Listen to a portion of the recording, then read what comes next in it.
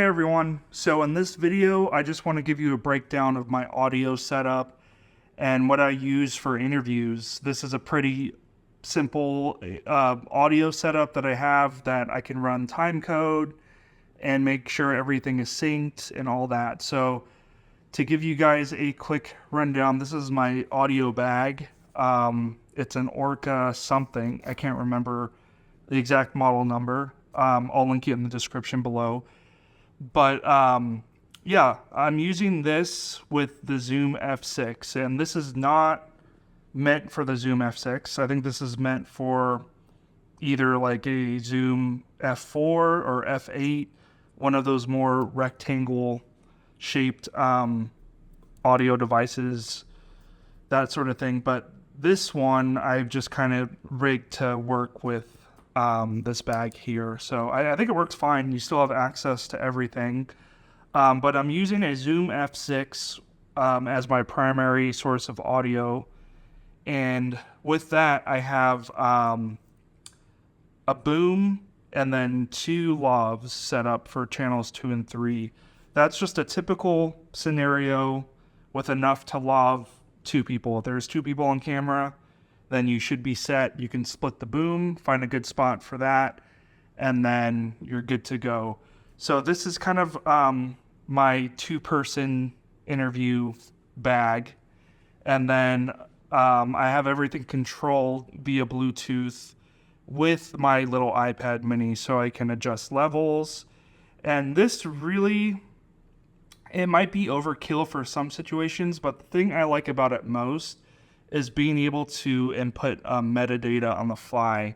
So you can change track names, you can do all that sort of stuff. You can add notes to each take or scene name or whatever.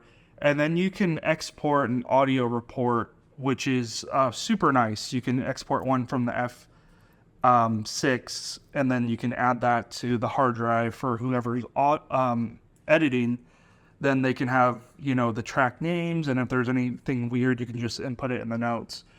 So this is more of a setup if you're dedicated audio. Obviously, if I'm running gun and I'm doing cameras and audio, I can't sit there and add notes to each take on there. I might do it on my phone or something.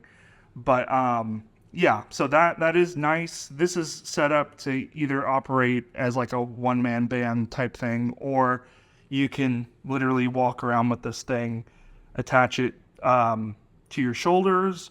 I'll show you what I use for that harness in a little bit. But yeah, so, and then I also have a battery bank in here that will charge everything. The Zoom, the iPad, I can even charge the lavaliers that I'm using, can all be run off a battery in there. So I'm using the Pico Stream.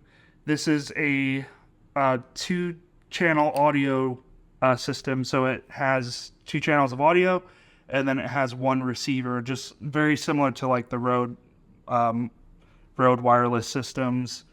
But yeah, so that's kind of what I'm using for the lavaliers.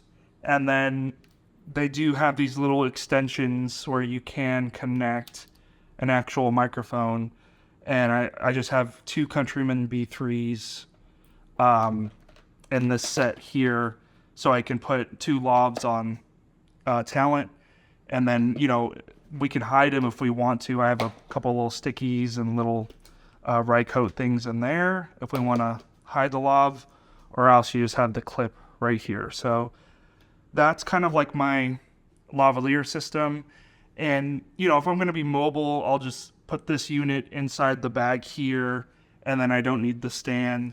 The stand is really helpful if you are getting interference. Like, these are still Wi-Fi based, so you might get a bump here and there if you're in a really busy area. So what you can do if you're doing like formal interviews is you can just run a longer cable and then go and put this unit closer to the talent, and then you won't really have any interference because it's like line of sight and it's only like 2 feet away, just outside of camera.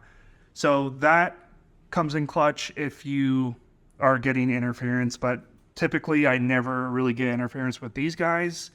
They're pretty clean as long as you have line of sight and you're not like 200 feet away or whatever. As long as you have a pretty clear path, they work great.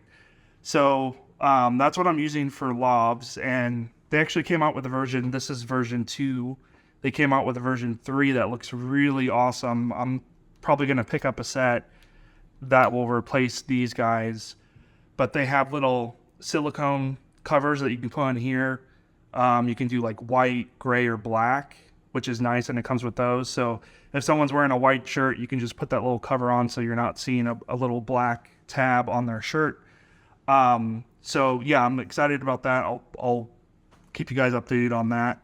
But yeah, and then I also have a boom pole that I'll have just going hardwired into the bag.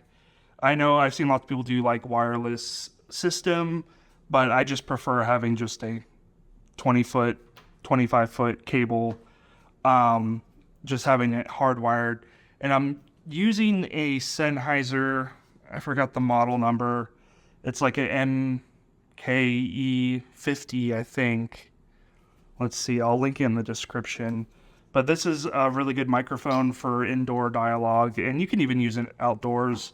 I have the blimp on there, and I can take it off if I'm indoors, but honestly, I don't really notice too much of a sound difference with that blimp in particular.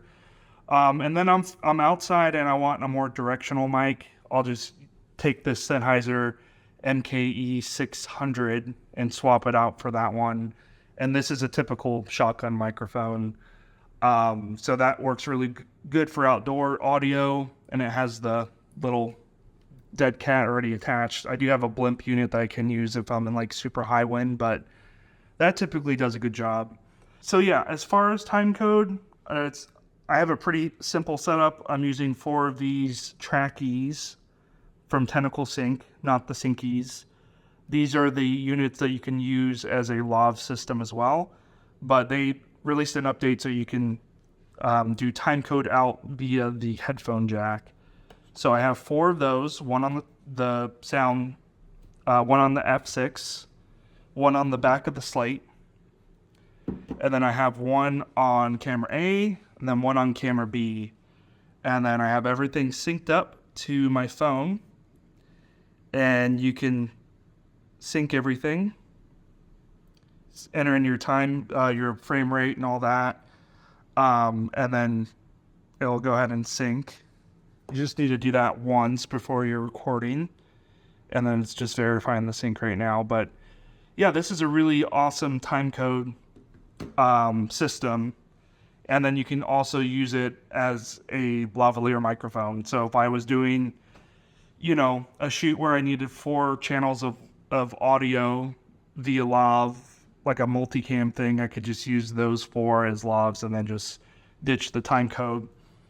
But yeah, that's a really simple way of doing it. And then when you get it in post, all you have to do is just click sync, and it will sync all the audio files and all the video files as well.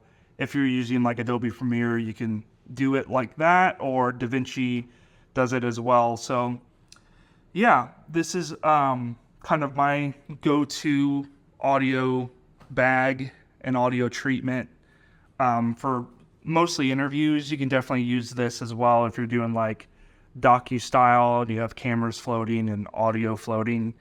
You can easily do that as well. Just put a lot of this stuff in the bag, and then you're good to go. So yeah, if you do need to be portable with the bag, let's say you are doing more docu-style, I have this leather strap that I used to use for wedding work. You would attach 2 cameras, one on this side, one on this side, almost like a gun holster. That's what it kind of reminds me of. But this is made from a company called Holdfast, and this is the Moneymaker version. I'll go ahead and put a link in there. But yeah, I've seen someone else use this with their audio bag on YouTube. If I can find the video, I'll link it down below because I thought it was really neat. I no longer really do photography, so this has just been kind of sitting for like the last couple of years, but this is a good way to reuse it for another purpose, and that way you can have your bag on your shoulders and it takes the strain off of your neck if you just have a single neck strap. This way you can wear it and walk around and have the audio attached to you. Like I said, put a lot of this stuff inside here, and then you could be more mobile, and you can boom operate as well. And then I usually have a little stool in case I just want to put my bag down, or if you're doing a really long take, you can just kind of sit there. And that thing folds up to like nothing. So I always have it with me. But yeah, this is my audio setup. I've been running it like this for about a year for interviews and whatnot. So I like having the 32-bit float, and I like having the redundancy. That's my main reason for running it this way, is I get a recording in here that's higher resolution, and then I get a recording in here that's a backup. So it gives you kind of like that extra level of redundancy when you're on a shoot.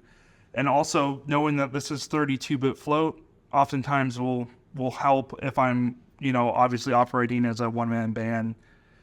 I try to get the levels right, but, sometimes if you're just pressed for time, it's nice just being able to hit record and knowing that that's going to work out good. And if it doesn't in post, you can clean it up.